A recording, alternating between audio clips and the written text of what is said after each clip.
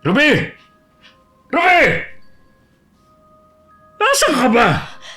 Nandyan na! Ay, pasensya na. Natagalan ako. Kinukuha ko kasi yung mga sinampay sa likod. Kahit kailan talaga makupad kang kumilos. Ay, bakit nga pala maaga ka umuwi ngayon? Tapos na ang trabaho eh. Ibig bang sabihin hindi ka napapasok bukas? Narinig mo naman siguro yung sinabi ko. Tapos na ang trabaho ko. Oo nga pala. Oh, ano yan? Tatayo ka na lang dyan? Ano ba ang gusto mo? Gusto ko ng lason. Dalan mo ako noon para matapos na paghihirap ko sa piling mo. Ben naman. Boba ka talaga kahit kailan. Ang tagal na natin nagsasama, hindi mo pa rin alam ang gusto ko. Ay, sige, ipagtitimpla na kita ng kape. Wag na! Nawala na ako ng gana. Kaya ayoko na umuwi dito sa bahay dahil sa'yo eh. Sana naman, walang magmana sa mga anak natin sa kahinaan ng utak mo. Teka lang, Ben. Huwag ka munang umalis. Huwag mo nga akong pipigilan, ha? Lagi mo na lang pinapainit ulo ko eh.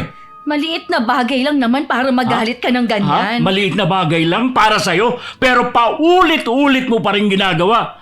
Tabi, tumabik ka dyan! Baka kung ano pang magawa ko sa'yo! Tungkulin ng isang ama na maging responsable at irespeto ang pamilya niya, lalo na ang ina ng mga anak niya. Huwag hayaang matukso sa panandali ang kaligayahan at talikuran ng binuong pamilya. Baka ang karma sa ibang tao pa mapunta na siyang magdudulot ng habang buhay na pagsisisi. Mapagpalang araw sa iyo, Miss Gwen. Itago niyo na lang ako sa pangalang Ruby. 40 anyos na at nakatira sa maliit na baryo dito sa Laguna. Matagal na po ninyo akong taga-subaybay at hindi kumpleto ang araw ko kung wala akong napapakinggan na bagong istorya sa channel ninyo. Sa pakikinig ko sa iba't ibang kwento ng mga nagpapadala sa inyo ng sulat, nainganyo na rin akong sumulat. Para maibahagi ko ang karanasan ko, may 4 na taon na rin ang nakakalipas. May kinalaman po to sa kababalagan na naranasan ko noon. Sana mapili ang aking sulat. Pero bago tayo magpatuloy sa ating kwento, huwag kalimutang mag-subscribe sa channel na ito. I-like ang video at mag-iwan ng comment sa ibaba. Malaking tulong po ang inyong suporta para may pagpatuloy po namin ang pagbabahagi ng mga kwentong kapupulutan ng aral. Panoorin niyo po ito hanggang dulo. At ngayon, ituloy natin ang kwento. Ken! Ano ginagawa mo dito? Teka, bakit parang ayaw mo ako makita? Hindi naman. Nagulat lang ako na bigla kang sumulpot dito. Akala ko naman eh. Teka, nasaan na yung mga pamangkin ko? Nasa eskwelahan pa. Mamaya pa ang uwi ng mga yun. Ganun ba? Ate, may dala nga pala ako mga pasalubong oh. Nag-abala ka pa talaga. Gusto mo ba ng kape? Yun lang ang meron dito Ayos lang kung kape lang meron ka ate. Ayos lang yun. Kumusta na nga pala ang buhay may asawa? Ay nako, eto ayos lang naman. Ayun, may trabaho na nga pala si Lucy. Ha? Akala ko ba ayaw mo siyang pagtrabahuhin? Ay, naiinip ko si Shet. Nalulungkot lang sa bahay mula nung makunan siya. Hindi pa rin pala kayo nakakabuo ulit. Kaya nga pinili na lang niya na magtrabaho eh. Naiingit din kasi siya sa mga kakilala niya na may anak. Naiintindihan ko naman ang asawa mo. Masakit talaga ang mawalan ng anak. Biruin mo naman, 2 buwan na lang sana manganganak na siya nun. Oo nga eh. Siya nga pala, kayo? Kamusta naman kayo ni Kuya Ben? Ayos din naman kami. Wala pa rin bang pagbabago? Wag mo na nga lang siyang pakialaman para wala ng gulo. Ewan ko ba naman kasi sa'yo eh. Ano ba kasi nagustuhan mo sa kanya? Dami naman nanliligaw sa'yo dati Sabi mo nga, bulag ang pag-ibig. Ay, mali mo naman. Baka kasi nauntog ka na eh. Ay, di sana noon pa. Oo nga. Ayan. Yan na pala mga pamangkin mo. Nag-uunahan pa ang mga anak ko sa paglapit para magmano sa tsokyan nila. Kahit kasi nasa iisang barangay lang kami ng kapatid ko nakatira, bihira pa rin kami magkita. Hindi kasi sila magkasundo ng asawa ko. Kaya hanggat maaari, Pinapaiwas ko na lang si Ken. Kilala ko rin kasi na maiksi ang pasensya niya at madalas sila magpang-abot nun. Buti na lang lingguhan ng uwi ni Ben. Kaya pinagbigyan na rin ni Ken ang mga pamangkin na maghapunan sa bahay. Bihira nga lang kasi nilang makasama ang tiyuhin. Nung pauwi na nga ang kapatid ko, umiyak pa ang bunso ko. Nangako na lang ang tiyuhin nila na babalik sa ibang araw kapag walang pasok sa trabaho. Totoo bang galing dito nung isang araw yung si Ken? Oo. Nabanggit ba ng mga bata? Hindi, kapitbahay natin na nagsabi. Ano na naman ang sinadya ng kapatid mo? Dumalaw lang naman siya. Namimiss na raw kasi ang mga pamangkin. Sabik din kasi siya sa bata. Paano kasi sila magkakaroon ng sariling anak kung pinapayagan niya na magtrabaho ang asawa? Alam mo na nagtatrabaho ang asawa niya? Malapit kasi yung pinapasukan niya sa trabaho ko eh. Minsan nakita ko siya. Naiinip daw kasi kaya nagtrabaho na lang. Eh si Ken ba? May trabaho pa? Oo naman, hindi yun nawawalan. Siguro marami na silang ipon, no? Hindi ko alam eh. Hindi naman kasi ako nagtatanong ng mga ganong bagay. Hindi katulad natin. Ni piso, wala man lang na itatabi. Puro sa inyo nauubos ang pera ko eh. Mahal din naman kasi ang mga bilihin ngayon. Ang tagal pa lumaki ng mga anak natin para sana makatulong na sa paghahanap buhay. Kung nahihirapan ka na, maghahanap ako ng pwede kong pagkakitaan. Kahit paglilinis o paglalaba. Noon mo pa sana ginawa yan. Kung hindi ko pa sinabing nauubos lang ang sahod ko sa inyo, hindi ka pa magkukusa na maghanap? Baka pwede kang maghanap ng trabaho na mas malaki ang sahod. Yun ngang nakatapos, hirap maghanap eh. Ako pa kaya? Pagtiyagaan ko na lang trabaho ko. Bukas na bukas din eh. Magtatanong-tanong na ako kung sino magpapalaba at magpapalinis ng bahay. O mabuti naman kung ganun. Hindi yung nagpapakaburo ka dito sa bahay. Pasensya na kung wala akong masyadong maitulong sa'yo, ha? Huwag na nga akong dinadramahan. Mabuti pa, bumili ka ng manok sa tindahan. Adobohin mo. Salamat naman. Makakapag-ulam ng masarap ang mga bata. Ha? Hindi nyo pwedeng ulamin yun. Ha? Bakit ka nagpapaluto? Darating yung dalawa kong kumpare. Pupulutanin namin yung adobong manok. Mabuti pa talaga ang mga kumpare mo, no? Pinaghahandaan mo ng pulutan. Samantalang kami... Oy, tumahimik ka na. Sisimulan mo na naman ba ang pagdadrama mo? Minsan na nga lang ako magkaroon ng bisita dito eh. Sige na. Pupunta na ako sa may tindahan. Bilisan mo! Para makapagluto ka na. Baka dumating na sila. Buong manok ang binibenta sa tindahan. Yung malaki ang binili ko. Bumili na rin ako ng sangka para sa lulutuing adobo. Pagdating, niluto ko na agad yun. Nang maluto, kumuha ko ng ilang gayat at tinabi para ulam ng mga anak namin. Kapag may ganito talagang asawa, kailangan maparaan ka din. Huwag lang talagang papahuli dahil iba ring magalit si Ben. Kinabukasan, pagkaalis ng mga bata papuntang eskwelahan, nagtanong-tanong na ako sa mga kakilala ko kung meron silang alam na pwede kong pag-ekstrahan. Sabi ni Aling Lucinda na may-ari ng bilyaran sa amin, tatawagan na lang daw niya ako kapag may nagsabi sa kanya. Ken! Uy!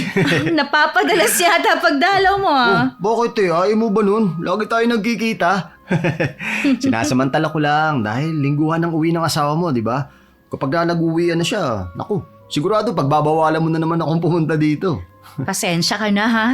Ayoko lang kasi talaga ng gulo. Oo nga, naiintindihan naman kita eh. Teka, saan ka nga pala galing? Naganap ako ng pwedeng pag-ekstrahan. Ha? Sabi ni Aling Lucinda, tatawagan na lang daw niya ako. Ate, bakit ka naman naghahanap ng trabaho? Medyo nagkukulang na kasi kami sa budget. Alam mo naman na maliit lang ang sahod ni Ben. Eto. Kunin mo muna yan. Oh, ano ka ba?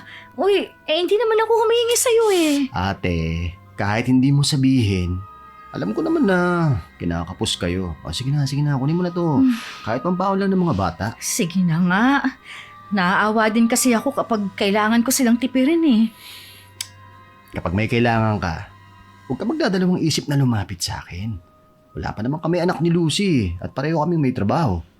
Pero nakakahiya pa rin. Hmm? Ako ang ate, pero akong humihingi sa'yo. Sige na, huwag ka na mahiya ate. Noon pa man, lagi mo na akong binibigyan, di ba? Lalo na nung nag-aaral pa ako. Iniisip ko nga minsan eh, magtrabaho na lang kaya ako. Ang inaalala ko kasi si Ali. Yung ate at kuya niya kaya na ang sarili, pero ang bunso ko kasi umaasa pa rin sa akin. Ate, huwag ka muna magmadali. Mas kailangan ka ng mga anak mo. Mabuti nga, hindi na bakante si Ben. Dahil kung hindi, mas lalong mahirap.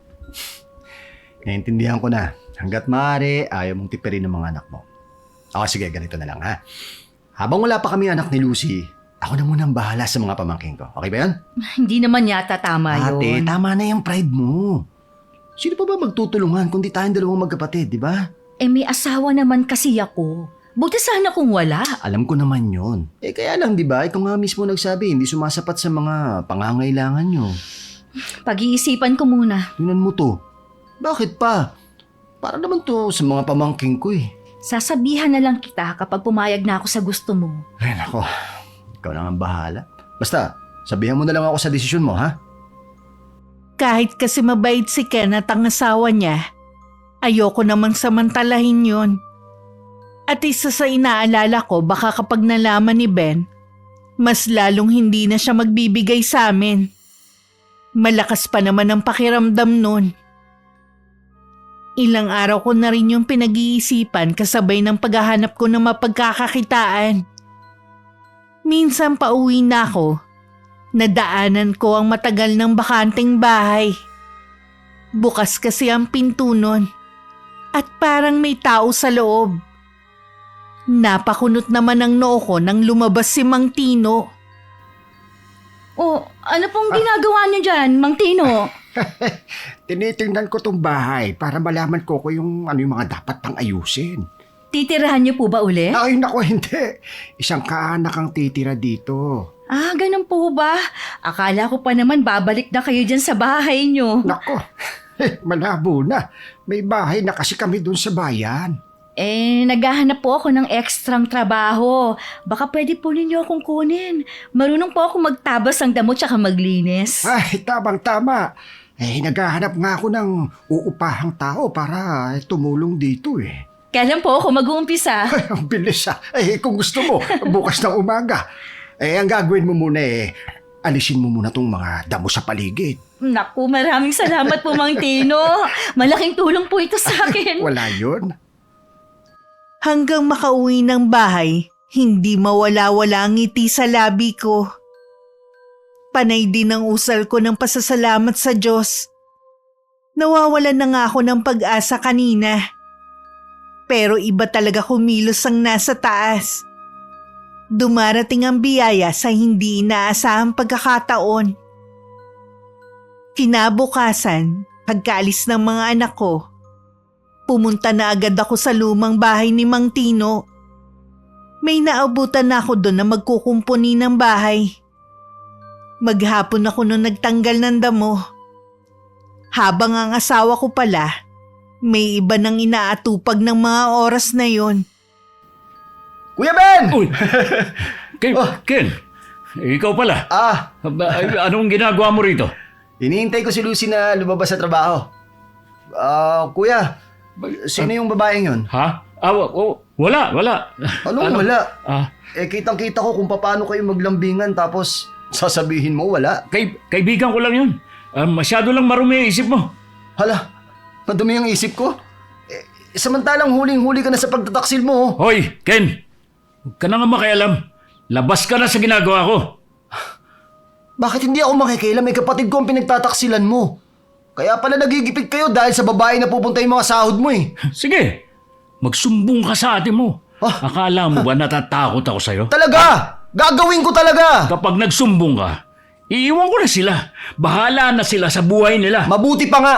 Para mawala ka na lang sa buhay nila. Kesa naman niloloko mo lang ang kapatid ko. Sige, tignan natin. May palagay ako na matagal mo nang niloloko si Ate Ruby eh. Kaya siguro, Lingguhan ka lang kung umuwi eh. Sino naman kaya ang gaganahan na umuwi sa bahay kung ate mo madadatnan ko? Ha? Maliban sa ang tanda ng tingnan, napakahina pa ng kukote. Pinakasalan mo siya, di ba? Dapat sa hirap at ginhawa magkasama kayo. Pero ikaw pa talaga nanlalait sa kanya. Basta! Hindi na ako uuwi doon. Maliban na lang kapag kukunin ko na ang mga damit ko. Siguruhin mo lang na mapapanindigan mo yung mga sinasabi mo ha. Ang yabang mo rin, no? Akala mo kung sino ka. Kahit papano ako may pagyayabang. Ikaw, kinakapos ka na nga, nagagawa mo pa mang babae. Matagal na akong nabubwisit sa'yo, ha? Akala mo yata, hindi ko alam na ayaw nyo talaga sa akin bilang asawa ni Ruby. Eh bakit? Sino ba matutuwa sa ugali mo ha? Kaya nga sinusoli ko na sa inyo ang ate mo. Bahala ka na sa kanya at sa mga anak namin. Naiiling na lang si Ken habang nakasunod ng tingin sa asawa ko. Ilang sandali pa, lumabas na rin ang asawa nitong si Lucy sa pinapasukan. Sinabi rin niya sa asawa ang naganap at pinayuhan siyang sabihin agad sa akin. Ilang araw din ang pinalipas ng kapatid ko bago pumunta sa bahay namin. At sinabi ang nakita niyang kataksilan ng asawa ko. Nung una hindi ako naniniwala. Pero ipinakita niya sa akin ang kuha na video sa cellphone niya. Doon na ako napaiyak.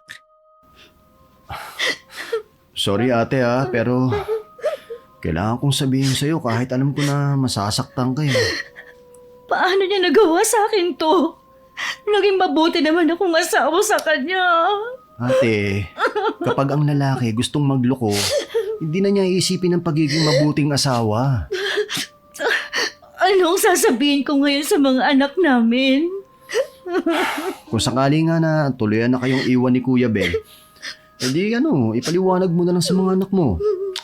Matatalino ang mga pamangking ko. Sigurado akong maiintindihan ka nila. Ang dami ko nang napapansing kakaiba. Pero dahil malaki ang tiwala ko sa kanya, binaliwala ko lang. Ngayon, alam mo na ang pagkatao ng asawa mo. Siguro naman, hindi ka na ulit magpapauto sa kanya. Hindi na. Kahit walang tulong niya, kaya kong buhayin ang mga anak namin. Hindi ka naman namin pababayaan ni na Ate Gina eh. Kahit pamilyado na tayong lahat, di ba tayo pa rin na magtutulungan?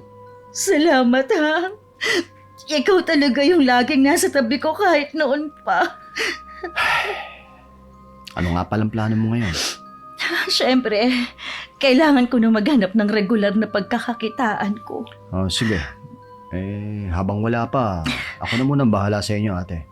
Hindi na ako tatanggi sa ibibigay mong tulong. Wala naman kasi ako malalapitan eh. Akala ko naman, pairali mo na naman ang pride mo. Basta, babangon ako para sa mga anak ko. Ayokong puro na lang iyak ang gagawin ko. Yan, tama yan. Huwag mo nang gaya ng ibang babae na nagpapakamartir sa asawa nila. Siya nga pala, Ken. Huwag mo sanang sasabihin sa mga magulang natin. Ayokong mag-alala pa sila. Huwag kang mag-alala ate. Hindi ko sasabihin sa kanila. Aayusin ko na ang mga gamit niya para pagdating niya, kukunin na lang niya. Sige. Doon na lang siya sa kabit niya. Lagi ko kayong dadalawin ng mga anak mo. Isasama ko rin si Lucy. Namimiss na rin daw niya ang mga bata eh. Inilagay ko sa isang malaking bag ang damit ni Ben at saka inilabas ng bahay. Ayoko na siyang makita pagkatapos ng ginawa niyang kataksilan. Ilang taon na rin ako nagtiis sa ugali niya. Dahil iniisip ko ang mga anak namin. Pero dahil sa ginawa niya, tuluyan nang naubos ang pasensya ko.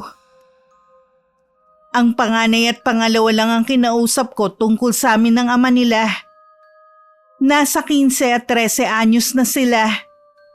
Kahit papano maiintindihan na nila ako. Maliban kay Ali na 7 taong gulang pa lang. Akala ko hindi na uuwi si Ben. Dahil halos 1 linggo na siyang hindi nagpapakita. Pero isang umaga dumating siya.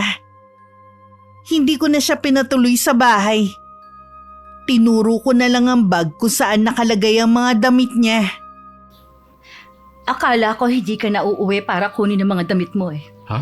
Bala ko na sanang ilagay sa basurahan. Hoy, sino naman ang may sabi sa'yo na kukunin ko ang mga damit ko? Kaya ako umuwi para sabihin na magbalot-balot na kayo at umalis na kayo sa bahay ko. Ano? Kami pa talagang palalayasin mo, ha? Ikaw na nga ang nanloko at merong kabit. Kasalanan mo rin kung bakit ako naghanap ng iba eh. Wala ka kasing kwentang asawa. Kaya nga tuluyan na kitang pinapalaya. Wala akong pakialam kung magsama pa kayo habang buhay ng kabit mo. Akala mo ba hahabulin kita? Hoy, ha? di umalis na kayo ng mga anak natin dito dahil dito ko ititira si Marge. Kapal ng mukha mo para iuwi dito ang kabit mo. Wala ka na ba talagang kahihiyan, Hoy, ha? ano ngayon?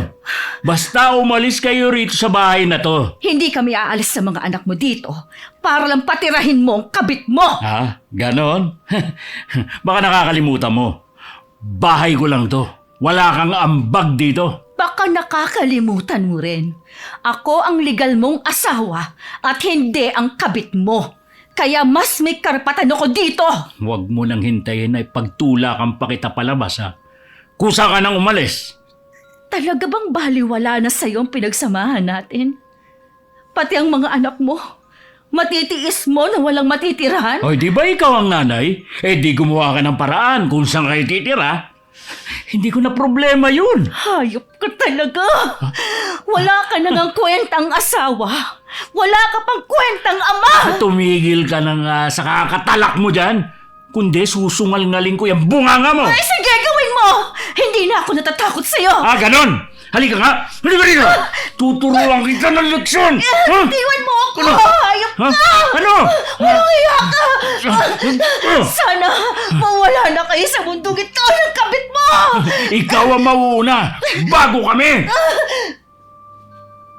Natigil lang ang pananakit sa akin ni Ben nang dumating ang ilan naming kapitbahay. Inawat siya ng mga yun saka inilabas ng bahay.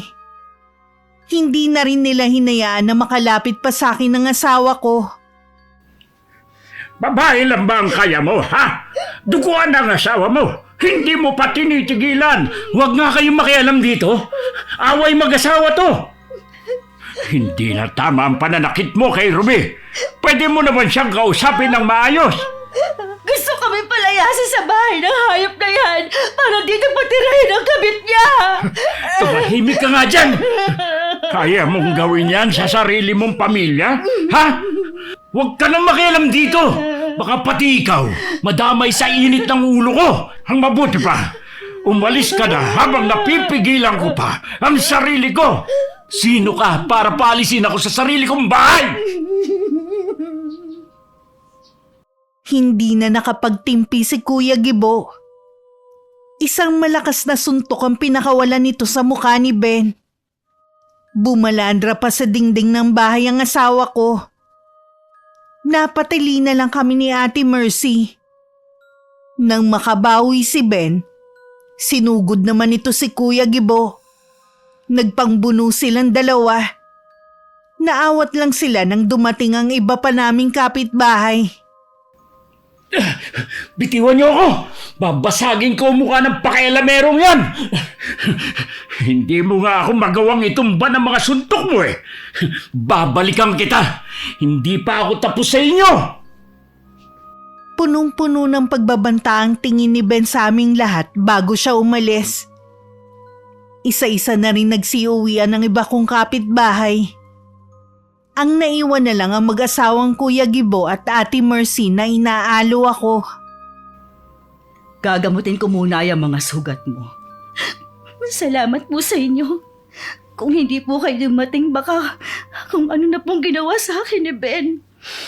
Hindi naman kami pwedeng magbingi-bingihan na lang sa naririnig namin. Kapag bumalik ang tarantado mong asawa, sabihin mo lang sa amin. Oo nga. Huwag ka rin papayag na patirahin dito ang kabit niya. Kaya lang po, bahay po ito ng mga magulang niya eh.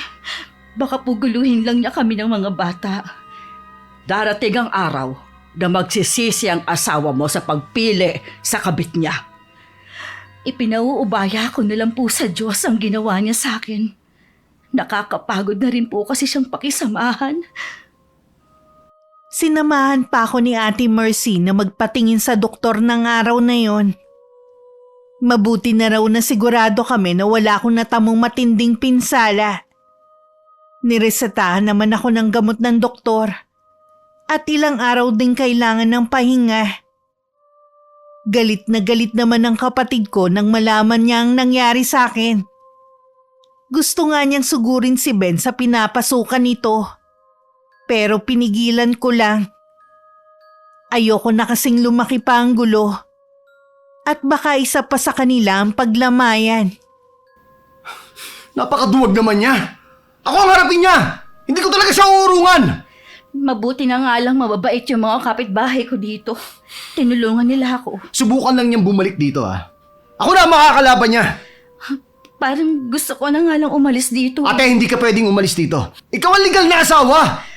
Kilala mo naman ang pamilya ni Ben. Lalo na mga kapatid niya.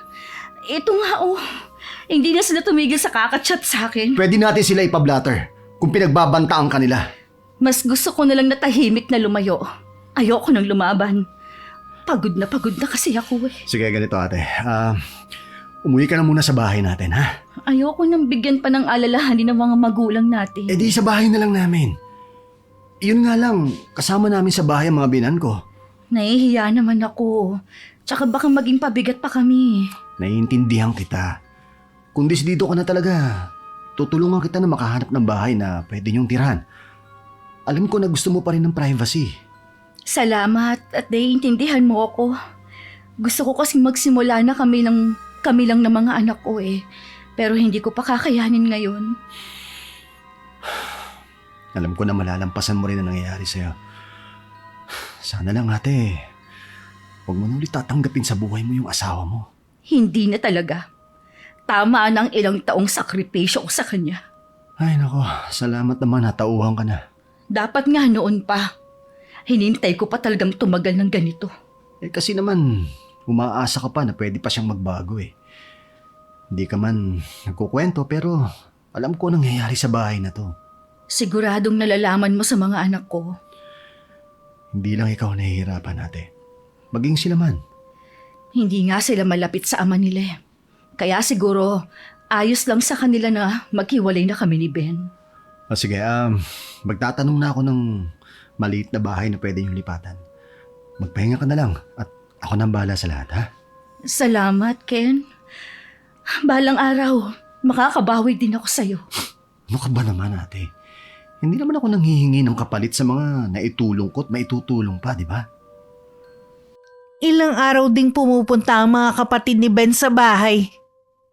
Ipinamumukha nila sa akin na wala akong karapatan sa bahay na yon. Dahil pag-aari yun ng mga magulang nila. Para matapos na lang, sinabi ko na lang na naghahanap na kami ng malilipatan. Doon lang sila tumigil sa panggugulo sa amin.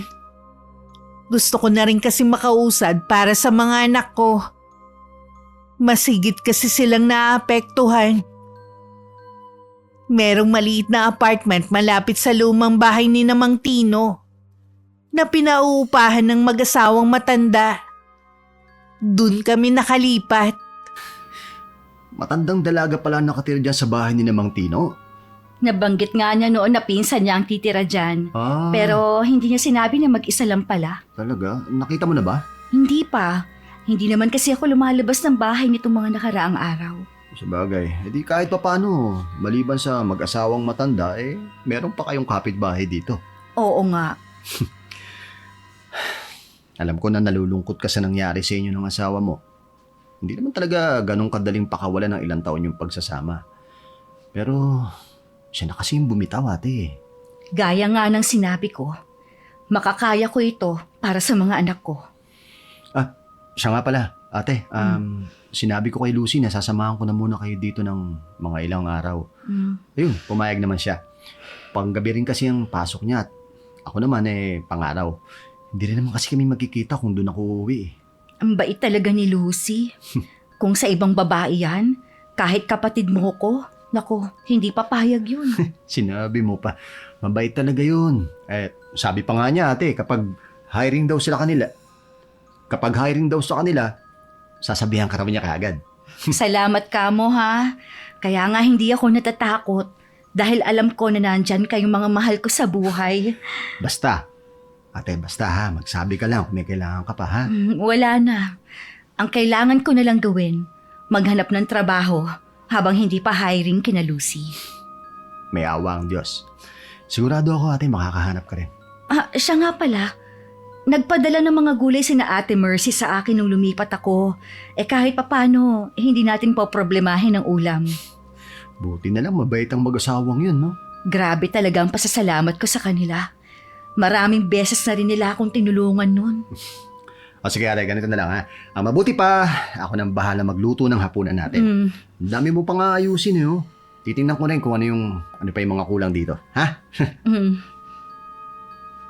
Minsan, dinalaw ako ni Ate Mercy para kumustahin ang kalagayan naming mag-iina. Binanggit niya na dinala na raw ng asawa ko ang kabit niya sa bahay namin. Tingin daw nila, parang pinulot lang sa kung saan. Dahil sa klase ng pananamit nito na wala nang itinago. Sobrang kapal din daw ng makeup at laging may nakasalpak na sigarilyo sa bibig. Nagkibit balikat na lang ako. Ayoko na rin kasi magbigay ng opinyon sa kanila. Mas masasaktan lang kasi ko kung iisipin ko pa ang kataksilan ni Ben. Isang araw tumawag si Lucy. Sinabi niya na hiring na sa kanila. Inayos ko na agad ang requirements ko sa pag-a-apply. Mabuti na lang ng araw ding yun. Walang pasok si Ken. Siya na muna nagbantay sa mga bata. Magandang araw po. Ay, magandang araw din sa'yo. Kaano-ano mo ang batang yan? Pamangkin ko po, si Ali. Puso po siya ng ate ko. Lagi kasing napupunta sa bakuran ko ang bola ng pamangkin mo eh. Ganun po ba? Naku, pasensya na po kung nabala kayo ng pamangkin ko ha. Ay, hindi naman. May alaga kasi akong aso. Sa bagay, hindi naman nangangagat si Brownie. Yun nga lang, baka matakot ang pamangkin mo kapag sumulpot ang aso ko. Medyo malaki kasi yun. Sige po, pagsasabihan ko na lang po yung pamangkin ko. Ay, siya nga po pala, ako po si Ken. Tawagin mo na lang akong Manang Elena. Manang Elena. Si Ate Ruby naman po yung kapatid ko na nanay ng pamangkin ko. Nasaan nga pala ang ate mo? Umalis po siya, nag-a-apply po siya ng trabaho ngayon eh. May trabaho ka rin ba? Opo. Day off ko lang po ngayon, kaya ako muna nagbabantay sa mga pamangkin ko. Ay, ganun ba? Wala ka bang pamilya? Ako po, may asawa na po ako pero wala pa po kaming anak eh. Pareho pa po kaming may trabaho. O sige, iho. Papasok na ako sa bahay ha. Naalala ko may gagawin nga pala ako. Sige po, Manang Elena. Ayaw pa kasing pumasok ni Ali sa loob ng bahay at gusto pang maglaro. Binantayan naman siya ng kapatid ko. Habang naglalaro nga ang anak ko, pasulyap-sulyap si Ken sa bahay ng kapitbahay namin. Sarado kasi lahat ng mga bintana. Pero pakiramdam niya, may nakamasid sa kanila ng pamangkin niya. Nag-iba naman ang timpla ni Ken nang biglang dumating si Ben. Nakangisi pa itong lumapit sa dalawa. Agad namang nagtago ang anak ko sa likuran ng tiyuhin niya. Halata sa bata ang matinding takot sa sariling ama. Bakit ka naman nagtatago, Ali? Hindi mo ba gustong makita ang tatay? Hoy, anong ginagawa mo dito? Gusto ko lang makita ang anak ko. Saka itong tinitira nila. Ang kapal din naman ng mukha mo, no? Pagkatapos mo silang palayasin, magpapakita ka pa dito para tingnan ang tinitira nila? Karapatan ko yun. Dahil pamilya ko pa rin sila. Wala ka ng karapatan mula nung palayasin mo sila at itira ang kabit mo sa bahay nyo. Anong magagawa ko kung nawala ng pagmamahal ko sa ate mo? Kasalanan din naman niya. Huwag mo na nga sisihin ang ate ko sa pambababae mo. Tsaka, huwag mo na silang guluhin pa. Baka gusto mong hindi na ako magsustento sa mga pamangkin mo. Sino naman ang may sabi sa'yo na kailangan ng sustento mo ng mga pamangkin ko? Baka kulang pa yan sa kabit mo eh. Ang yabang mo ah. Baka kainin mo yung sinasabi mo. Kayang itaguyod mag-isa ng ate ko ang mga anak niya. Ang gusto lang namin, mawala ka na ng tuluyan sa buhay nila. Tignan natin kung kaya ng panindigan ng kapatid mo. Sinasabi mo, Ito rin ang tandaan mo ha. Oras na magkasakit ka. Huwag na huwag kang babalik sa ate ko. Uy, hindi ako babalik sa kanya kahit ano mangyari. Sapat na sa akin si Marge. Ganun ba? Umalis ka na! Umalis ka na! Sinisira mo lang ang araw namin eh. Kanina ka pa. Hinahamon mo ba ako ha? Pasalamat ka, may ibang tao. Kundi bugbog sarado ka sa akin. Paglingon nga ni Ken, nakatayo sa labas ng bahay niya si Manang Elena. Sinusundan pa niya ng tingin ng papalayong si Ben. Hindi alam ni Ken kung gano'n na yung katagal na katayo doon. Kanina pa po ba kayo dyan, Manang Elena? Oo. Narinig ko din ang lahat ng pinag-uusapan nyo. Siya pala ang tinutukoy ng mga taga rito. Opo, walang kwenta yung lalaking yun. Sana lang huwag na siyang bumalik dito eh. May posibilidad na bumalik pa siya dito. Lalo na nandito ang mga anak niya. Manang Elena, hindi ko po siya sinisiraan pero hindi naman siya naging mabuting ama sa mga pamangking ko eh. Naniniwala naman ako sa iyo. Marami akong naririnig na hindi maganda sa kanya. Ang totoo po niyan, si ate lang talaga yung nagtiyaga sa kanya. Tapos, pagpapalit lang niya sa ibang babae. Balang araw, pagsisisihan din niya ang ginawang pagtalikod sa pamilya niya. Wala naman kasing nagsisisi sa una. Ay, kaya nga po eh. Ay, nako. Naikwento ko na yung buhay ng kapatid ko. Pasensya na. Ay, huwag ka mag-alala. Hindi naman ako mahilig magkwento sa iba. At saka, bukas naman na aklat sa mga taga rito ang nangyari sa kapatid mo. Oo nga po eh. Sige po, ipapasok ko na muna po itong pamangkin ko sa loob ng bahay. Hapon na rin naman po kasi. Habang hinihintay nila ang pag-uwi ko, nakatingin naman sa bakuran ng kapitbahay namin si Ken. Nagwawalis kasi si Manang Elena at nagsisiga ng mga tuyong dahon. Kahit wala naman itong ginagawang kakaiba, nahihiwagaan sa kanya ang kapatid ko. Pasado 6:00 na akong nakauwi dahil dumaan pa ako sa bahay ng mga magulang namin. Hindi kasi ako nakakadalaw nung mga nakaraan dahil kita pa ang mga pasako sa mukha at katawan ko. Pagdating ko sa kanila, masaya kong binalita na tanggap na ako sa trabaho. Wow! Congrats ate! Kita mo, sabi ko sa'yo eh, walang imposible, basta manalig ka lang. Oo nga. Sa wakas, masusuportahan ko na rin ang mga anak ko ng mga pangangailangan nila. Siya nga pala ate Galing dito si Kuya Ben. Oh, ano naman ang ginawa niya dito? Sabi niya gusto lang daw niya makita yung mga anak niya at bago niyong tinitirhan. Ang kapal naman ng mukha niya para pumunta dito. Alam mo ate, palagay ko, hindi kayo dapat dito umupa eh. Wala naman ang problema sa bahay pero malapit kasi to sa bahay niya eh. Pansamantala lang naman kami dito. Alam mo naman na ito lang ang murang paupahan na kaya ko. Sa bagay, naiintindihan naman kita. Ang importante naman, nakapagsimula ka na. Makikiusap sana ako sa'yo. Nakapagpanggabi ako samahan mo muna sana mga bata dito sa bahay. Oo naman. Wala namang problema sa akin yun ate. Ikaw naman. Plano ko sa bakasyon, doon muna sila sa bahay ng mga magulang natin. Ipapaalam mo na sa kanila yung sitwasyon mo. Oo, hindi naman habang buhay maitatago ko sa kanila ang ginawa ni Ben.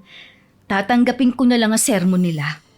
Tama naman kasi sila noon pa Ako lang ang mapilit. Maintindihan ka naman nila. Walang magulang na matitiis ang anak. Ay, teka, siya nga pala ate. Nakakwentuhan ko nga pala yung kapitbahay natin. Oh, Tawagin na lang daw natin siyang Manang Elena. anong masasabi mo? Mabait ba siya? Tingin ko naman mabait siya pero atin lang to May nararamdaman akong kakaiba sa kanya eh. Ewan, para basta mahirap ipaliwanag eh.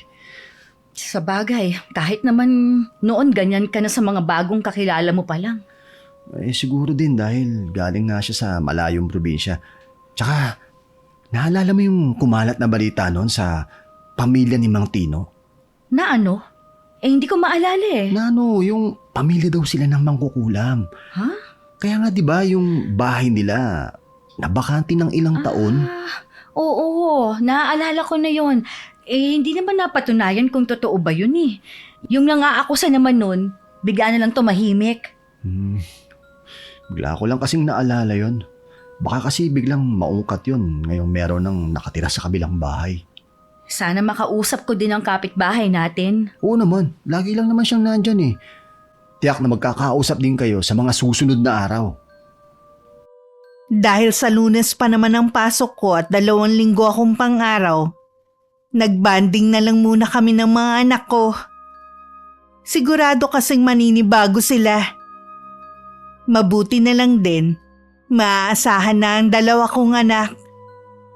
Bilin ko lang sa kanila, pag uwi ng bahay, huwag na silang lalabas.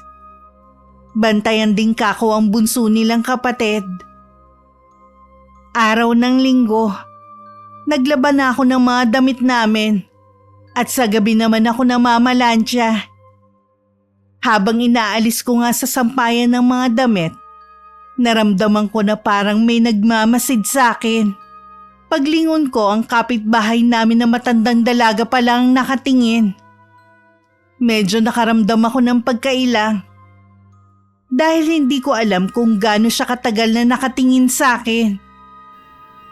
Pasensya ka na kung naistorbo kita.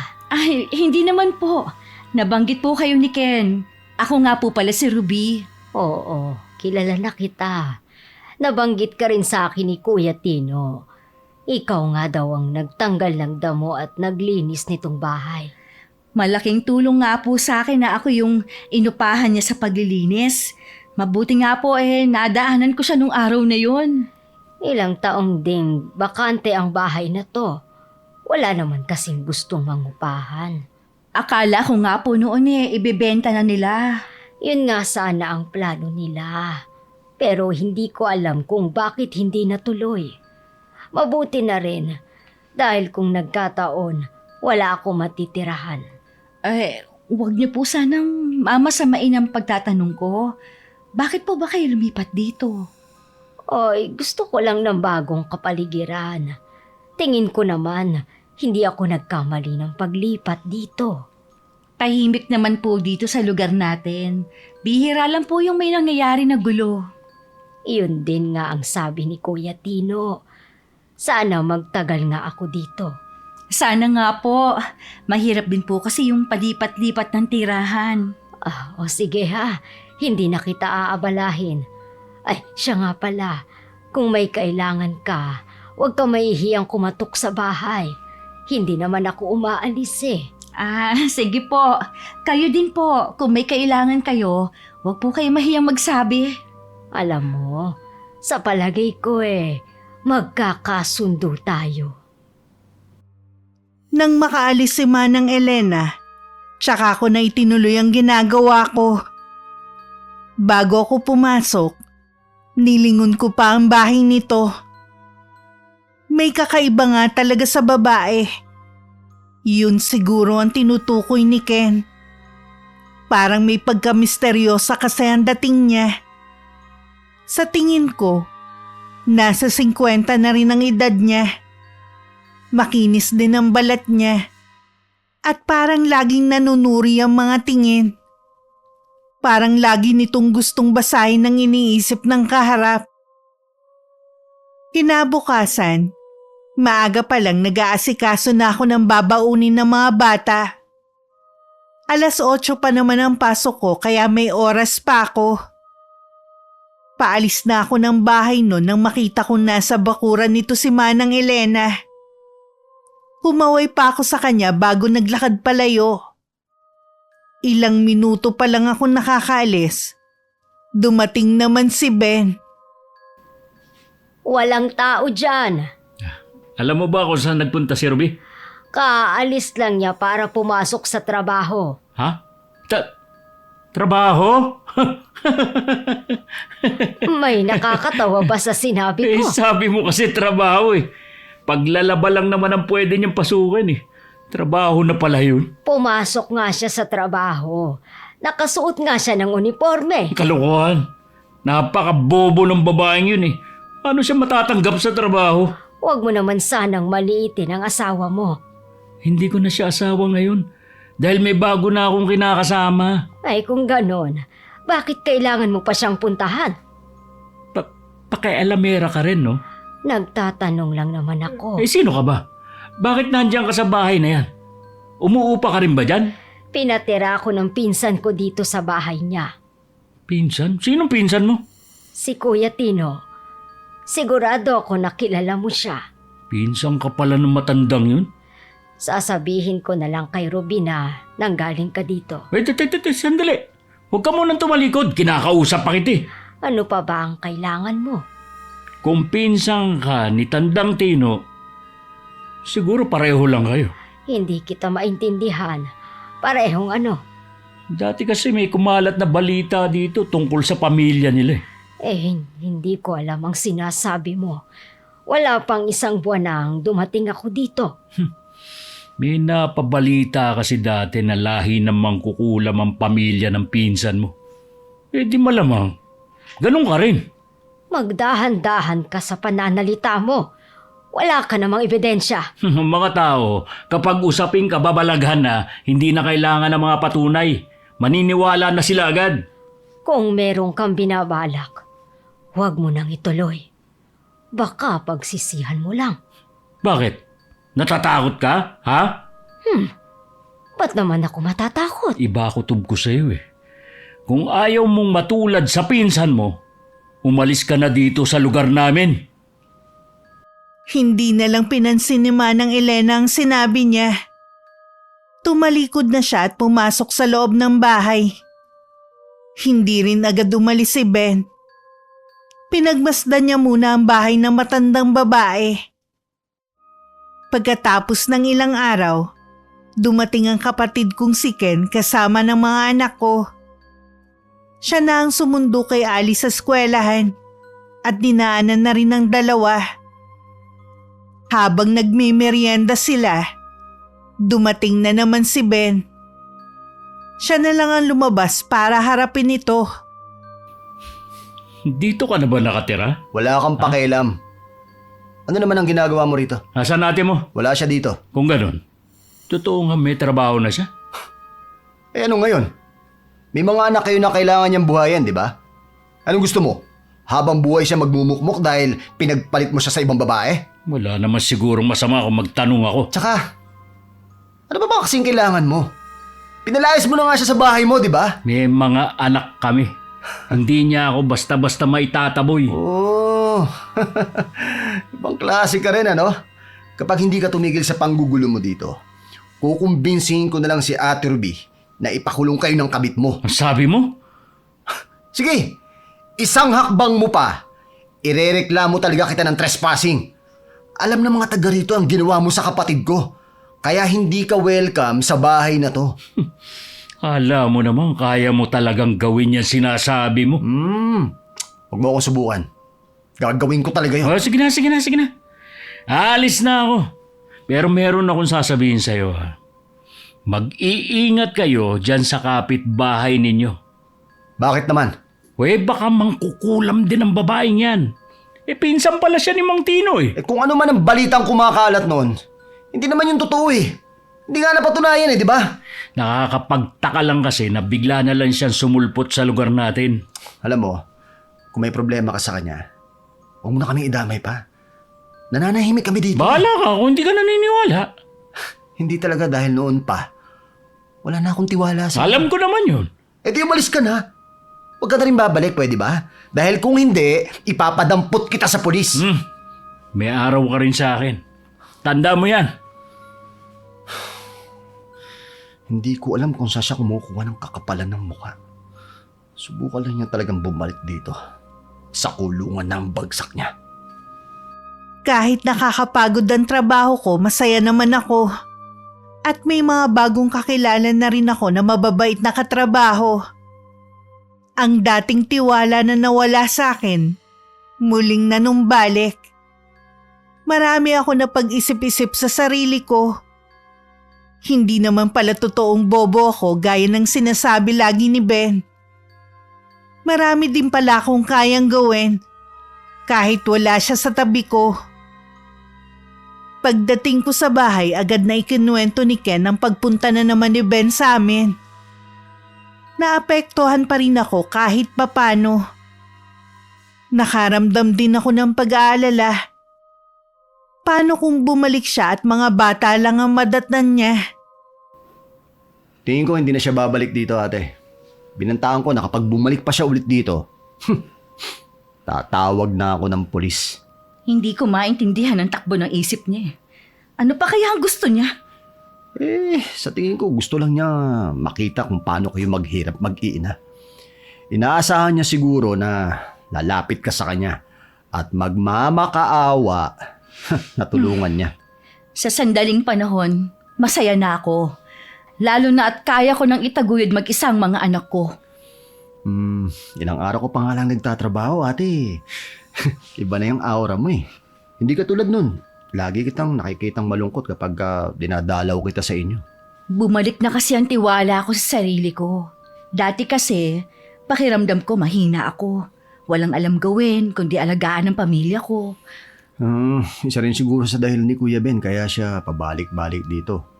Para siguro malaman ang ginagawa mo. Malapit na rin naman ang bakasyon. Iuuwi ko muna ang mga bata sa bahay natin.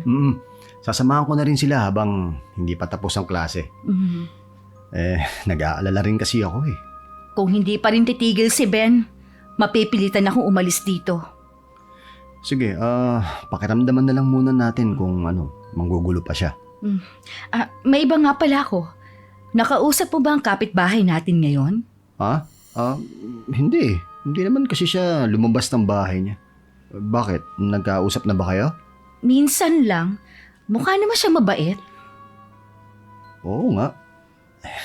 May pagka-misteryosa siya, no? Oo, ganun nga mismong naramdaman ko sa kanya. Baka ganun lang siya dahil walang sariling pamilya. Plano ko kapag sumahod ako, magluluto ako ng masarap na ulam, tapos bibigyan ko na rin siya. Oo, sige. Tama yun. Tsaka para mapasok mo na rin ang bahay niya. Napasok ko na ang loob ng bahay niya. Talaga? Di ba akong naglinis nun? Noon yun, ate. Wala pang mga gamit nun eh. Sa bagay nga. Sige, paano? Uwi na muna ako ha. Babalik na lang ako bukas ng hapon paglabas ko sa trabaho. Dadaanan ko na lang ulit yung mga bata sa eskwelahan nila. Hindi ka na ba maghahapunan? Sa bahay na lang ate para magkasabay naman kami ni Lucy. Sige. Mag-iingat ka sa pag-uwi mo. Sige.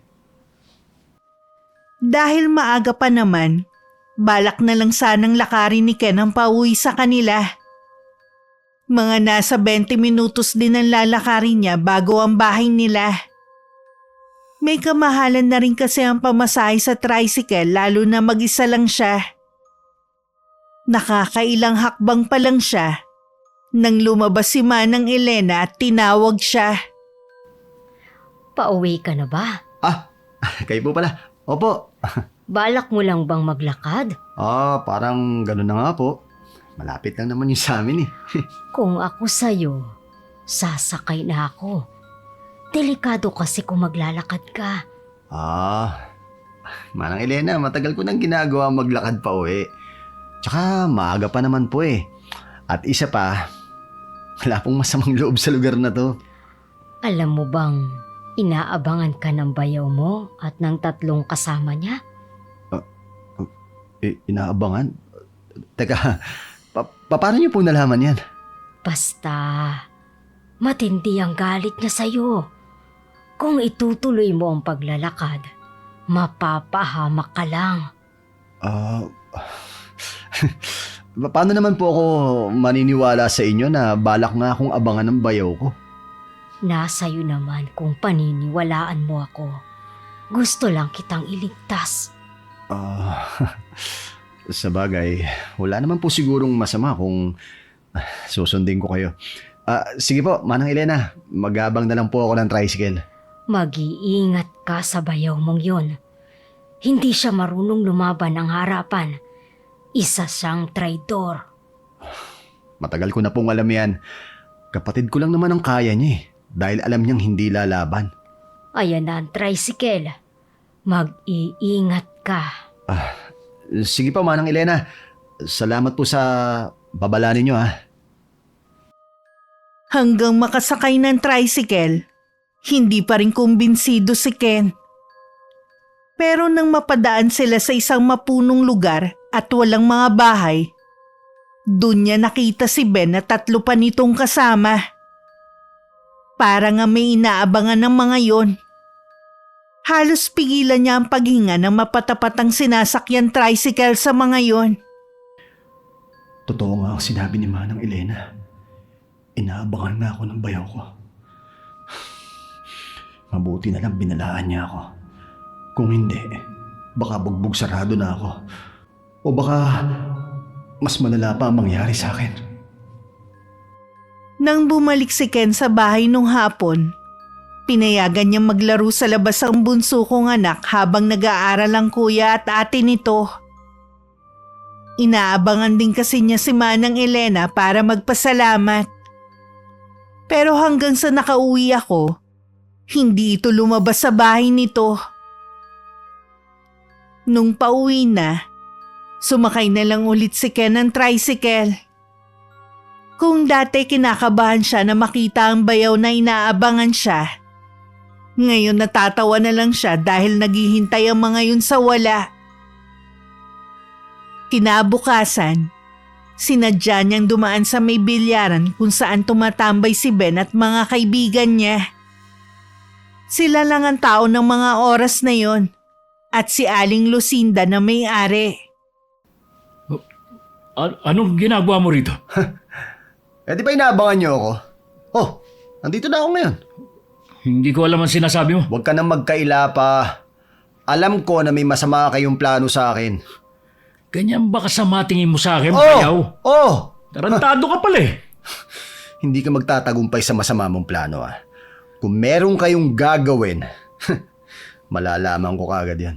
Sino naman ang bumubulong sa'yo, ha? Pwede mo ba sabihin? Walang bumubulong sa akin. Kapitbahay lang na nagmamalasakit ang nagsabi sa akin. Paano naman alaman ng babaeng yun? Sa reaksyon mo, halatang halata na may masama ka talagang balak sa akin. Hoy, umuwi ka na nga. Huwag mo na kaming abalahin pa rito. Hoy, kayo! Hoy, ikaw! Nagpapauto kayo dito sa bayo ko. Baka ipahamak niya kayo. Magaling lang yan kapag may kailangan. Pero nuknukan naman ng duwag yan. Tumahimik ka na nga. Ikaw ang tumahimik dahil kung hindi, kakausapin ko ang kabit mo na ayaw mo pa rin tigilan ng kapatid ko. Talagang ginagalit mo ako, ha? Akmang susugurin ni Ben ang kapatid ko nang pigilan siya ng mga kaibigan niya. Hindi rin sila makatingin ng diretso kay Ken. Dahil alam nila na tama ang akusasyon nito. Kung hindi nyo kayang pagsabihan yung bayaw ko, wag na sana kayong sumama sa masama niyang balak. Alalahanin nyo, may pamilya kayo. Mas mahalaga pa ba ang pagtulong nyo sa kanya kaysa sa kanila? Pwede ba tumahimik ka na? Ginusto mo to, di ba? Ikaw ang nagsimula, di ba? O ano ngayon? Mula pa noon kumukulo na dugo ko sa'yo.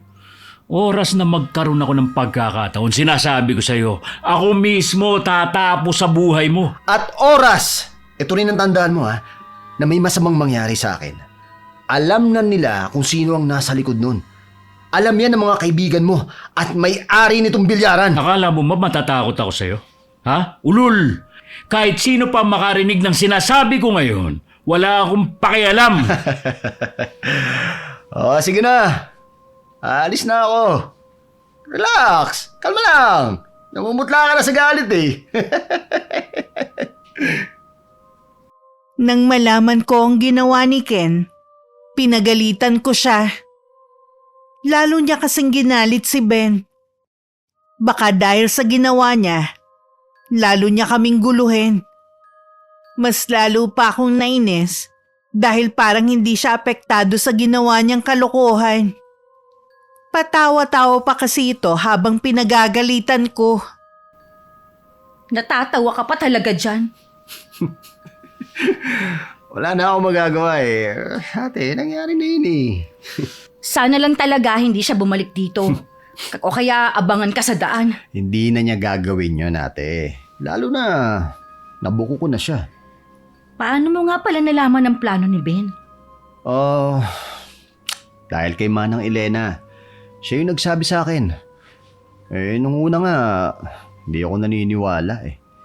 Pero nang makita ng dalawang mata ko, ayun, doon lang ako naniwala.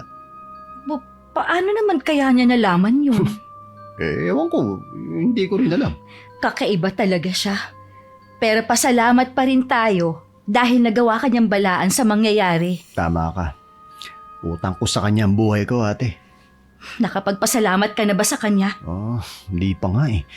Mula kasi nung araw na yon, hindi pa siya lumalabas ng bahay niya. Bigla akong natakot sa kapitbahay natin. Paano kung totoo yung tungkol sa pamilya nila? Eh, kung totoo man yun, ate, naniniwala ako na mabubuti silang tao. Tama ka. Kasi mabait din si Mang Tino eh. Nasira lang talaga sila dahil sa chismis na mangkukulam ang pamilya nila. Sila ang tunay na biktima. Hindi yung mga taong nagpakalat ng ganung balita. Tama naman si Ken. Sa panahon ngayon, ang tunay na biktima na ang nagiging masama sa paningin ng mga tao. Kung totoo ang sekreto ng pamilya nila, magiging tikom din ang bibig namin ng kapatid ko para sa ikabubuti nila. Nang sumahod nga ako, nagluto ako ng masarap na ulam na paborito ng mga anak ko. Dinalhan ko ang kapitbahay ko ng ulam. Hindi pa man ako kumakatok, bumukas na ang pinto. Para bang alam niyang parating ako. Dinalahan ko po kayo ng ulam. Sahod ko po kasi kahapon kaya nagluto po ako. Pasok ka muna. Isasalin ko lang tong ulam. Mas lalo pong gumanda ang loob nitong bahay na magkaroon ng mga gamit. Ito na ang mangkok. Hindi na ako magluluto. Salamat sa'yo. Walang anuman po. Siya nga po pala. Salamat po sa ibinigay ninyong babala sa kapatid ko. Kaya lang, nagtataka lang po kami kung paano po ninyo nalaman na may balak sina Ben sa kapatid ko. Mas mabuti kung hindi mo na usisain. Ang mahalaga, ligtas ang kapatid mo. Sa bagay, tama nga rin po kayo. Sa nakikita ko sa'yo, maayos na ang buhay ninyo. Pero malapit pa rin sa gulo. Si Ben po ba ang gulong tinutukoy ninyo? Balang araw, babalik siya sa iyo na may malalang karamdaman na. Nasa iyo kung tatanggapin mo pa siya. Naku, kung magkatotoo man po yan, hindi ko na siya tatanggapin. Maawain ako, pero dahil po sa ginawa niya, kahit awa, wala na po ako nararamdaman sa kanya. Pues, kailangan mong maging handa dahil mangyayari yun. Manghuhula po ba kayo at nakikita ninyong hinaharap? Paano kung sabihin ko na nakikita ko ang mga mangyayari? Kaya po pala nabigyan niyo kaagad ng babala ang kapatid ko. Huwag kayong mag-alala. Wala kaming pagsasabihan na kahit na sino. Alam ko naman na mapagkakatiwalaan kayo ng kapatid mo. Naku, napakwento na po ako. Ay sige po, uuwi na ako. Hinihintay nga pala nila ako para sabay-sabay po kami maghapunan. Pagbalik ko sa bahay, nakahain na ang mesa. Ako na lang ang hinihintay nila. Naupo na ako at bago umpisahan ng hapunan, nagdasal muna kami sa pangunguna ng panganay kong anak. Habang kumakain, nagkukwentuhan din kami. Nabanggit ko rin sa mga bata na sa mga magulang ko sila magbabakasyon muna. Pagkatapos ng hapunan, mga anak ko na lang ang nagligpit. Nagkwentuhan muna kami ng kapatid ko sa sala. Ako na ang bahala sa kanila na maghatid kina nanay. Salamat. May pasok kasi ako nun eh. Marami rin kasi akong ipadadala na gamit. Nabanggit nga nila na bakit hindi pa kayo umuwi sa atin. Nandun na kasi ang pamilya ng kapatid natin. Siyempre, ayoko nang makisiksik pa dun. Sa bagay nga. Teka, di ba hinatira mo ng pagkain si Manang Elena? Ate, meron ba siyang sinabi sa'yo? Meron nga. Huh? At yun ang iniisip ko mula pa kanina. Talaga? Anong sinabi niya, ate? Sabi niya, balang araw daw, babalik si Ben. Pero may malubhang karamdaman na. Nasa akin na nga lang daw kung tatanggapin ko pa. Kung babalik siya na wala na ring silbi, doon na lang siya sa kabit niya. Hindi ko na rin naman siya para tanggapin, no. Teka, bakit ba iniisip mo pa? Ang iniisip ko kung paanong nalaman ni Manang Elena. Oo nga hindi talaga pangkaraniwan ng kapitbahay natin, no? Maswerte na rin siguro tayo sa kanya. Talaga? Kaya, pakisamahan na lang natin siya ng maayos, ate. Plano ko pa naman na lumipat ng bahay. Wag na muna. Habang kapitbahay natin si Manang Elena, hindi tayo magagalaw ng asawa mo. Dahil malalaman agad natin ang gagawin niya. Hindi namin alam na kay Manang Elena mabubunto ng galit ni Ben. Isang araw, pinuntahan niya ito sa bahay. Lumabas naman ang babae at hinarap ang asawa ko. Bago magsalita, tiningnan muna siya mula ulo hanggang paa. Punong-puno yun ng panghuhusga. Nasisiguro ko na kampon ka ng dyablo. Kaya ng pinsan mong si Tino. Kung ganyan pala ang tingin mo sa amin, bakit ka nandito ngayon sa bahay ko? Gusto lang kitang makita. Ngayon sigurado na ako. Malalaman ng mga taga rito kung ano ka. Gawin mo. Hindi ako natatakot. Katulad ng pinsan mo, mapapaalis din kita rito. Baka pagsisihan mo. Balang araw ang gagawin mo. Ipagkakalat ko kung ano ka at bahala na sa'yo mga tao. Bakit ba galit na galit ka sa akin, ha? Wala naman akong ginagawa sa'yo. Dahil pakialamera ka eh. Sa lahat ng ayoko, ang mga taong mahilig makialam. Nasabi mo na siguro ang mga gusto mong sabihin. Pwede ka nang umalis. Ibang klase ka rin, no? Hindi ka marunong matakot. Wala kasi akong ginagawang masama, kaya bakit ako matatakot? Tignan natin kung hanggang saan yung tapang mo. Ilang araw pagkatapos ng pagpunta ni Ben sa kapitbahay ko, may kumalat na mangkukulam daw ang babae. At kaya nandun para maghasik ng kababalaghan. May ilang naniwala pero may ilan namang hindi naniwala. Lalo na sinabi ko na mabait ang babae at nadamay lang ito dahil sa akin. Kaya kung ano-anong pinagkakalat ni Ben para sirain ang babae. Akala yata ni Kuya Ben, mapapaniwala pa niya yung mga tao dito no? Wala yata siyang magawa, kaya kung ano-ano na lang ang pinagkakaabalahan. Paano? Wala na siyang trabaho kaya paninira na lang ang ginagawa. Ha? Wala na siyang trabaho? Oo. Paano sila nabubuhay ng kabit niya? Baka yung babae nagtatrabaho. Mula kasi nung nagkatrabaho ako, hindi na kami nakakapag-usap ni Ate Mercy Tingnan na lang natin kung tatagal pa siyang pakisamahan ng babaeng yun.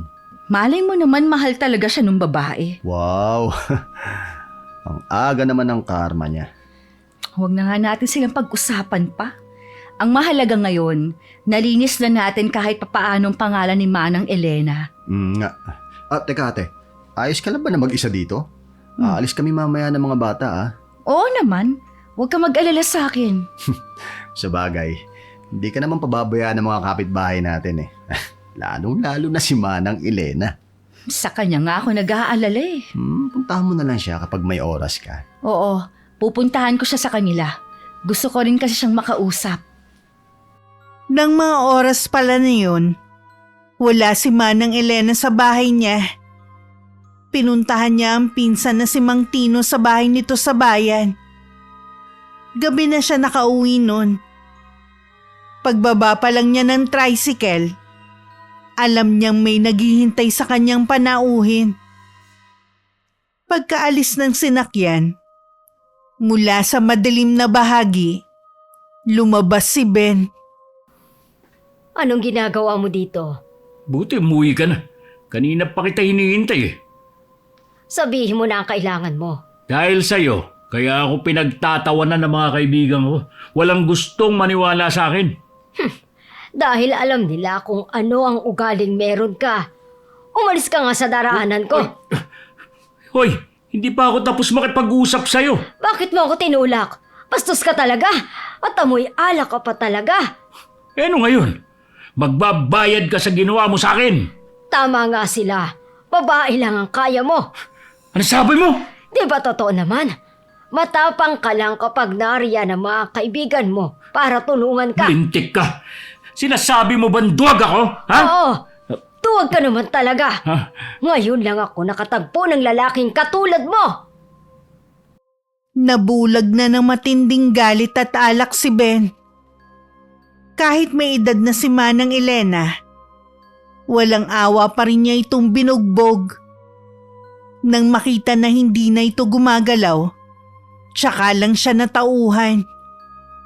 Mabilis na siyang umalis sa lugar na yun. Si Manang Elena naman, dahan-dahan bumangon at iika-ikang pumasok sa loob ng bahay niya. Kinabukasan, pagka-uwi ko galing ng trabaho, agad kong pinuntahan si Manang Elena sa kanila. Nakakailang tawag na ako pero walang sumasagot. Tahol din ang tahol ang aso niya sa gilid ng bahay. Nanun lang ginawa ng aso. Kinutuban tuloy ako na baka may masamang nangyari sa kanya. Pinihit ko ang seradura. Hindi yun nakalak sa loob. Lakas loob akong tumuloy.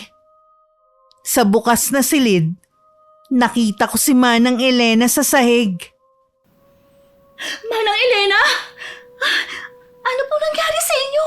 Diyos ko, bakit puro pasapo kayo? Sino po may kagagawa nito? Si Ben, Ang asawa ko? galit na galit siyang pumunta dito kagabi.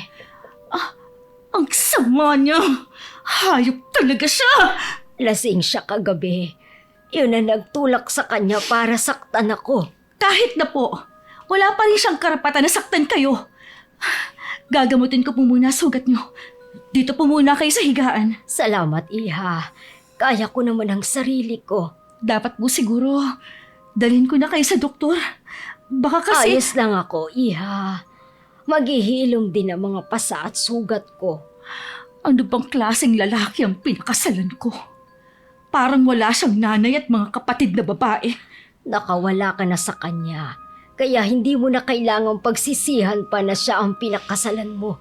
Mga anak ko lang ang magandang bunga ng pagsasama namin. Maayos mong napalaki ang mga anak mo. Maswerte ka sa kanila. Kasalanan ko rin kung bakit kayo napagbuntunan ng galit ng gago na yun eh. Gago nga eh. Kaya wala siyang sinasanto. Makakarma rin siya sa ginagawa niya. Pagkatapos kong gamutin si Manang Elena, pinagluto ko rin siya dahil kailangan ko siyang painumin ng gamot. Dinadaing niya kasi na masakit ang buong katawan niya. Awang-awa naman ako sa kanya habang pinagmamasdan ko. Ruby Manang Elena, kapag po umepekto na ang gamot, aantukin po kayo ha. Magpahinga po muna kayo. May kailangan lang akong gawin. Ano naman ang gagawin mo, Iha? Magtutuos po kami ng asawa ko. Hindi ko mapapalampas ang ginawa niyang ito sa inyo.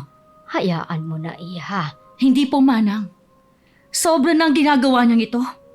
Namimihasa siyang manakit ng babae dahil yun lang ang kaya niya. Pwede niya itong ulit-ulitin. Hindi na niya yun magagawa. Mas kilala ko po si Ben. Alam ko na gagawin niya ulit yun. Magpahinga na po kayo. Babalik na lang ako mamaya. Alis na po ako. Hindi na niya magagawang manakit ulit. Dahil ako mismo ang magpaparusa sa kanya. Alam ko naman na para akong susugod sa gera dahil sa galit na nararamdaman ko. Pinuntahan ko sa bahay namin si Ben at naabutan ko siyang nakikipag-inuman sa mga kaibigan niya. Lahat sila napako ang tingin sa akin. Pero si Ben lang ang tumayo at sinalubong ako. Isang malakas na sampal naman ang ibinigay ko sa kanya. Paano mo nagawang sakta ng isang matandang babae na wala man lang kalaban-laban sa'yo, ha? Hindi ko alam ang sinasabi mo. Huwag ka nang magsinungaling! Babae lang talagang kaya mo eh! Hindi ka ba talaga titigil? Ha? Baka gusto mo makatikim sa akin. O sige! Saktan mo ako gaya ng ginagawa mo dati! Ipakita mo sa mga kaibigan mo na totoong sinasabi ko! Umalis ka na nga. Inaabala mo kami. Alis na! Mas importante pa ba yung pag-iinom mo kaysa harapin ang ginawa mo kay Manang Elena? Sinabi nang wala akong alam sa sinasabi mo. O sige, ipagkaila mo mga masasama mong gawain. Tignan lang natin kung hindi ka karmahin! Hindi ako naniniwala sa karma. Dahil kung totoo yan, marami na sanang nakarma. Maniwala ka kapag sa'yo na nangyari. Kung ayaw mong kaladkarin kita, kusa ka nang umalis. Magbabayad ka sa ginawa mong ito kay Manang Elena. Ewan ko sa'yo, paulit-ulit ka na lang. Lumayas ka na nga! Galit na tinalikuran ko si Ben. Habang pabalik sa bahay, nakasalubong ko naman si Ken sa nag-aalalang anyo. Malayo-layo na kami na magtanong siya sa akin. Ano nangyari? Pinakapagsabi lang sa akin na dito ka nga daw pupunta. Kaya sinundan kita. Ayaw talagang umamin ng taong yon. Ano pa ba asahan mo sa asawa mo? Teka, kamusta na nga pala si Manang Elena? Hanggang ngayon, hindi pa rin ako makapaniwala sa chat mo sa akin eh. Nagamot ko na siya at napainom ko na rin ng gamot. Iniwan ko siyang nagpapahinga. Mabuti naman maayos na siya. Nag-aalala rin ako eh. Wala talagang puso yung asawa mo. Wala talaga! Todo tanggi pa nga siya eh. Kaya lalo ko nang gigigil sa galit. Ate, baka ikaw naman ang balikan ng asawa mo.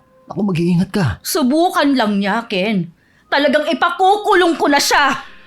Punta na lang natin si Manang Elena. Mabuti pa nga, nakakaawa ang itsura niya. Ang bigat pa rin sa dibdib na nangyari yun sa kanya. Parang maiiyak na naman ako nang maalala ang kalagayan nito. Huminga na lang ako ng malalim.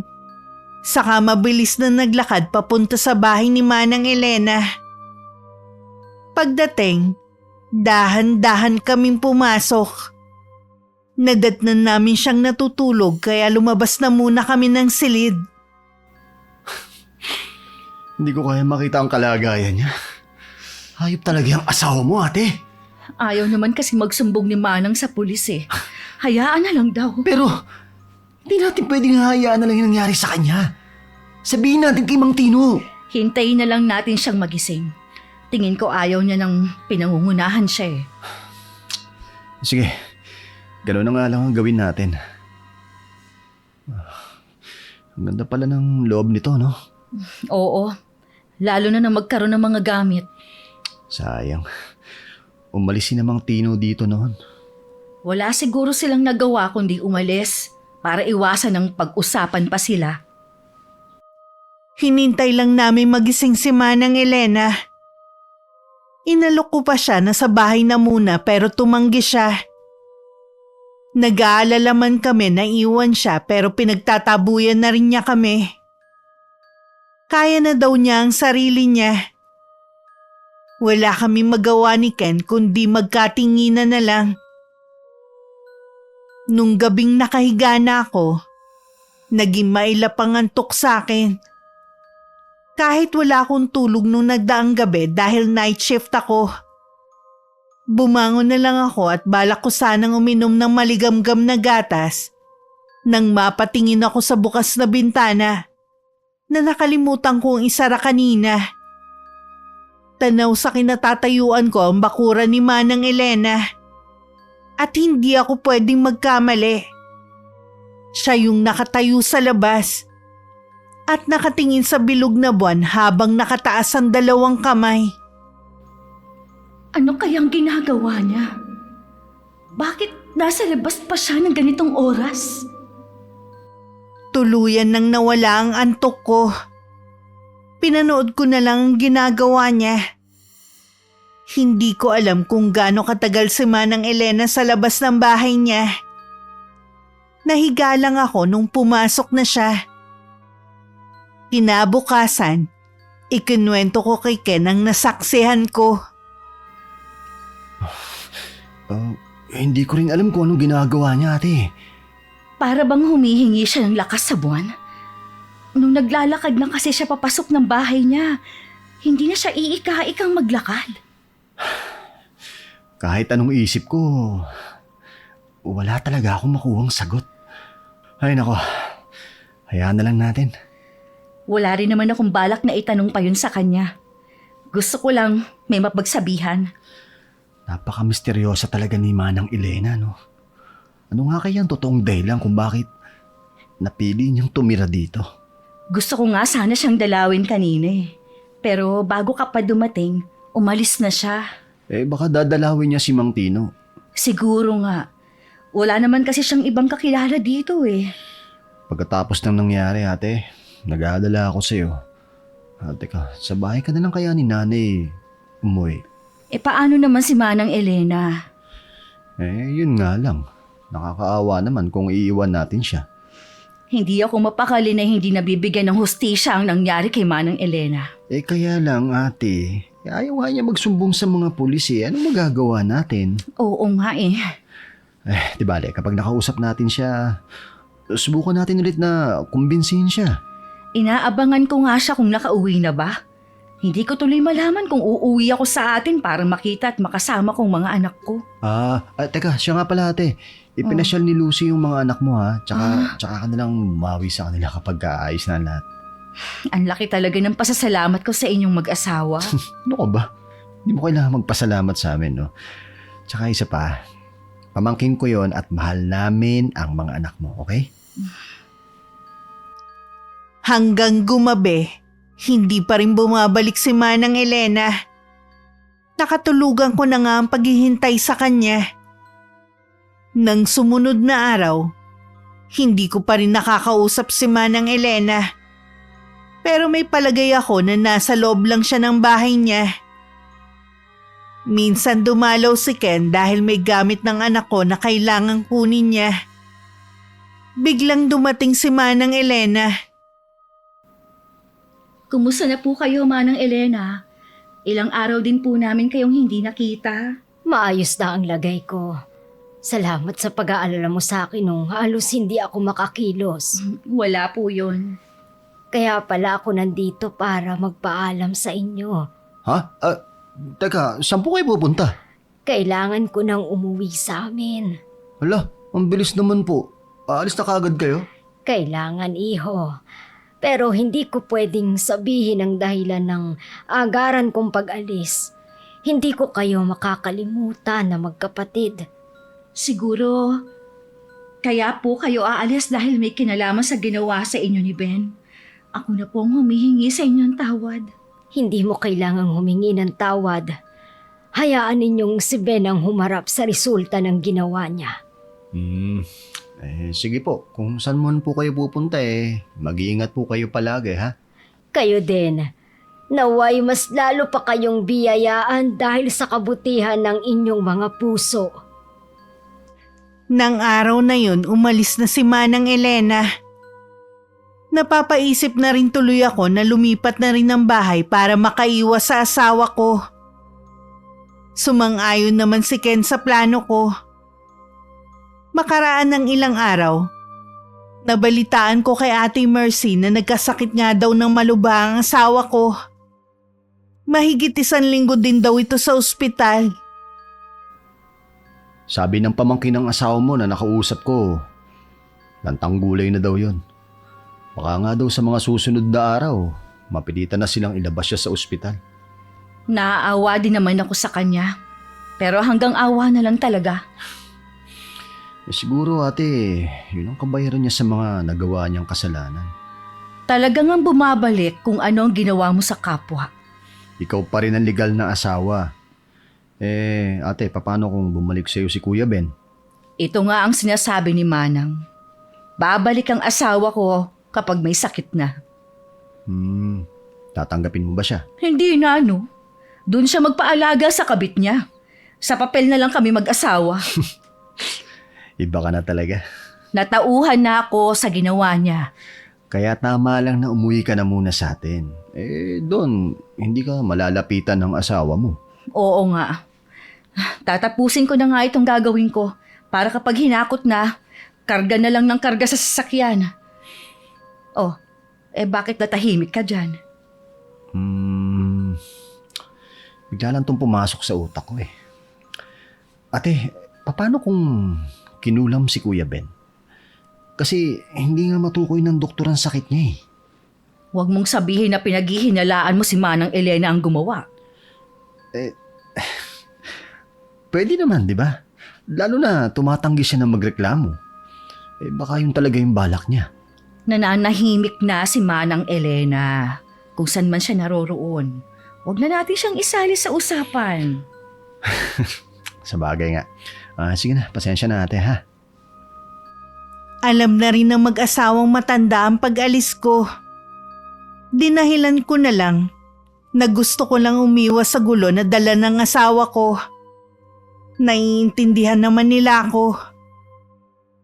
Araw na lang ang hinihintay ko nang biglang sumulpot sa harap ng pinto ko si Ben na nasa wheelchair. Kasama niya ang 2 kapatid na nagpapaalis sa amin sa bahay noon. Kasama din niya ang kabit niya. Ruby, sana mapatawad mo pa ako. Hayaan mo mag-umpisa ulit tayo. Patawarin mo na kami, Ruby. Kayo naman talaga ang mag-asawa eh. Ang 2 taong kasal, hindi dapat pinaghihiwalay. Ano ka mo? Ang kapal naman ng pagmumukha ninyo para sabihin yan ngayon. Maawa ka naman sa asawa mo. Mas kailangan ka niya ngayon. Bakit ako maaawa? Ha? Hindi nga siya naawa nung palayasin niya kami ng mga anak niya para magsama kayo. Kaya nga sinusoli ko na sa'yo ang asawa mo. Kung kailan na may sakit na, tsaka mo isasoli sa akin. Obligasyon mong alagaan siya. May sumpaan kayo na magsasama sa hirap at ginhawa. Hindi mo siya dapat pabayaan. Ikaw na ang may obligasyon sa kanya. Hindi ba? Ikaw naman ang pinili niya. Ruby, naawa ka naman sa akin. Mahal ko kayo ng mga bata. Kayong gusto kong makasama. Umalis na kayo. Kung ayaw ninyong tumawag ako ng mga taong kakaladkad sa inyo. Ang sama mo naman. Ikaw ang asawa. Tinatalikuran mo ang obligasyon mo. Kapag hindi ka tumahimik, kukuha ako ng tubig na mainit at ibubuhos ko sa pagmumukha mo. Tingnan ko lang kung hindi ka malapnos. Baka matauhan ka sa mga sinasabi mo. Ruby, Kung ano man ang nangyayari sa'yo, karma ang tawag dyan. Nagbabayad ka na sa ginawa mong kasamaan. Siguro naman, naniniwala ka na kung anong ginawa mo sa kapwa, babalik din sa'yo. nagsisisi na ako sa gawa ko. Patawarin mo na ako. Laging nasa huli ang pagsisisi. Sandali lang, Ruby. Kung pinili mo lang sana na maging mabuting asawa at ama, hindi mo sasapitin yan. Alam ko naman, bigyan pa ako ng isa pang pagkakataon na ayusin ang pamilya natin. Bumabalik ka sa akin kasi alam mo na maayos na ang takbo ng buhay namin. Dahil meron na akong pampagamot sa'yo. Maawa ka. Hindi mo ba gusto makita buo ang pamilya natin? Mas gusto ko pang lumaki ang mga anak ko nang wala ka. Mas masaya nga kami ngayon eh. Kasi wala na ang pabigat sa buhay namin. Ruby. Umalis na kayo. Wala kang aasahan sa akin. Pinagsarhan ko na sila ng pinto. Kahit anong pagmamakaawa nila sa akin, hindi ko na ulit sila hinarap. Nang makita ko ang kalagayan ni Ben na namamaga ang mga binte, puno ng lapnos ang buong katawan, Sa itsura niya, palagay ko kinulam nga siya. Nang araw ding yun, umuwi na ako sa mga magulang ko. Pinabalikan ko na lang ang mga gamit namin. Pero hindi na ako kasama. Pasalamat sila. Wala ako nung pumunta sila sa'yo. Baka pinagtabuyan ko pa sila. Sa totoo lang, nakaramdam naman ako ng awa kay Ben. Pero hindi sapat na dahilan yon para tanggapin ko siya ulit sa buhay namin. Tama naman. Huwag din ang gamitin ang pagiging kasal nyo para ipasa ang obligasyon. Siya mismo nakalimot na kasal kayo ng mambabae siya. Meron pa akong sasabihin sa'yo. Oh, ano yun?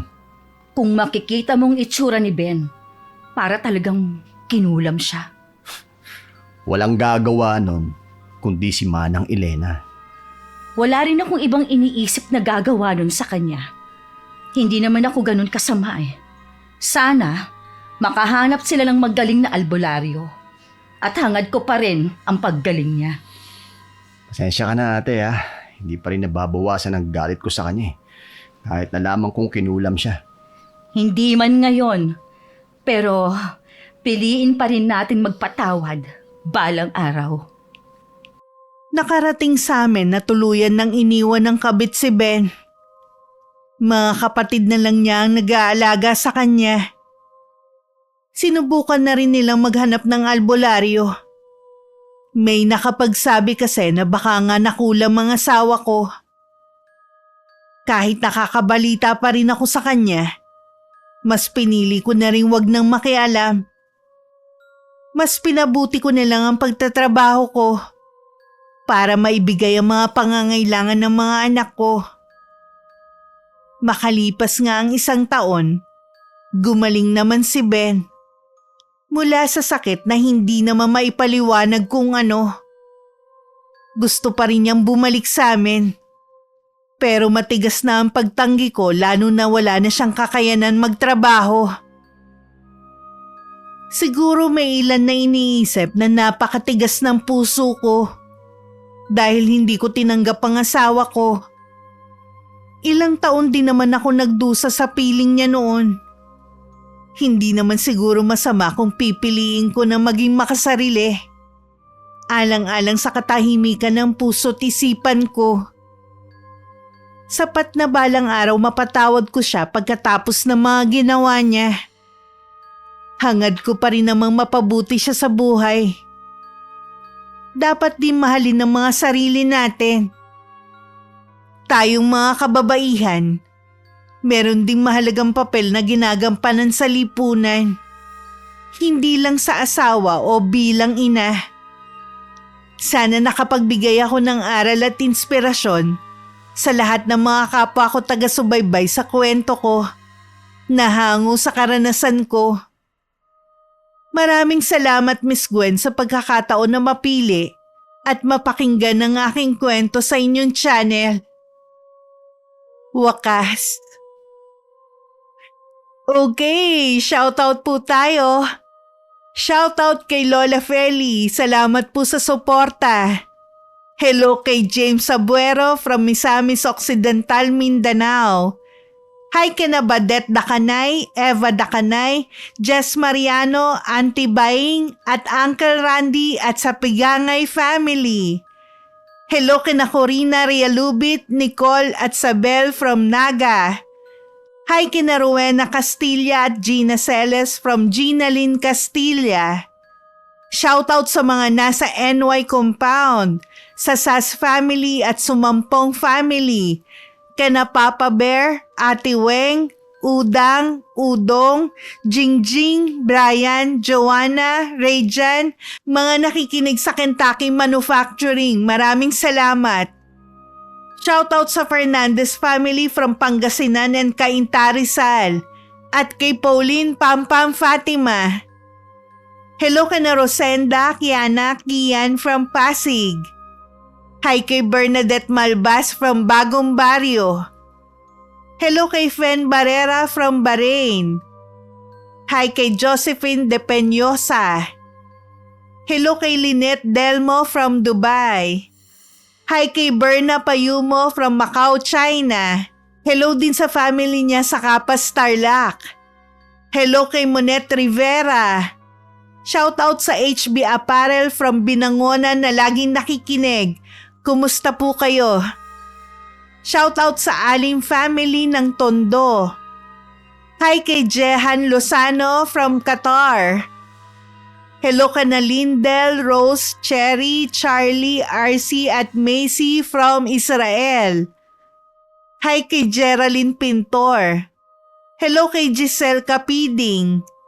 Hi kay Marinette Mangrag from Abu Dhabi, UAE.